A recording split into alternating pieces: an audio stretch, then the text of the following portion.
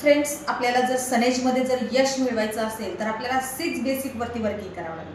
मग 6 बेसिकचे पॉइंट कोणते? पहिला पॉइंट आहे गेट स्टार्ट। ज्या व्यक्तीला आपण जॉईनिंग करतो त्याची आफ्टर परचेस प्रोसेस करणं खूप गरजेचं आहे। दुसरा पॉइंट आहे त्या व्यक्तीने 100% प्रोडक्ट्स यूज केले पाहिजे। तिसरा पॉइंट आहे लिस्ट बिल्डिंग। कोणताही व्यक्ती जॉईनिंग केला तर त्याची पहिल्यांदा लिस्ट काढणं गरजेचं आहे। चौथा पॉइंट आहे त्या लिस्टवरती कॉल, इन्व्हिटेशन आणि अपॉइंटमेंट झाली पाहिजे।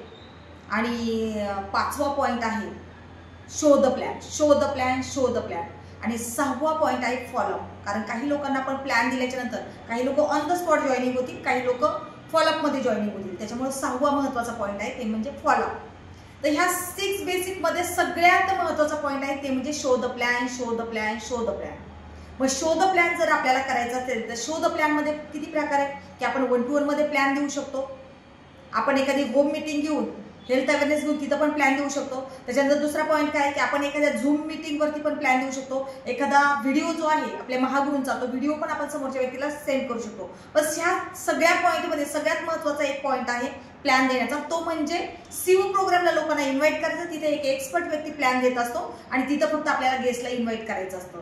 तर अशा पद्धतीने आपण शो द प्लॅन करू शकतो, हॉलमध्ये शो द प्लॅन करू शकतो। पण त्यासाठी आपल्याला काय करावं लागेल, लोकांच्या लिस्टवरती इन्व्हिटेशन द्यावे लागेल। जास्तीत जास्त इन्व्हिटेशन देऊन आपल्याला सीओ प्रोग्राम पर्यंत लोकांना इन्व्हाइट करावं लागेल। वन टाइम म्हणजे फॉर एक्झाम्पल एखाद्या व्यक्तीला प्लॅन द्यायचा म्हटलं तर आपल्याला 1-2 तास तरी जातात आणि त्या व्यक्तीला जाण्या येण्यात, त्याच्या घरी जाण्या येण्यासाठी आपल्याला 1-2 तास जातात। म्हणजे एक व्यक्तीला प्लॅन देण्यासाठी कमीत कमी आपले 4 तास जाऊ शकतात। पण जो सीओ प्रोग्राम असतो हॉलला, त्या प्रोग्रामला जर तुम्ही 10 लोकांना वन टाइम इन्व्हाइट केलं तर 10 लोकांना एका तासामध्ये एकाच वेळेस 10 लोकांना प्लॅन जाऊ शकतो।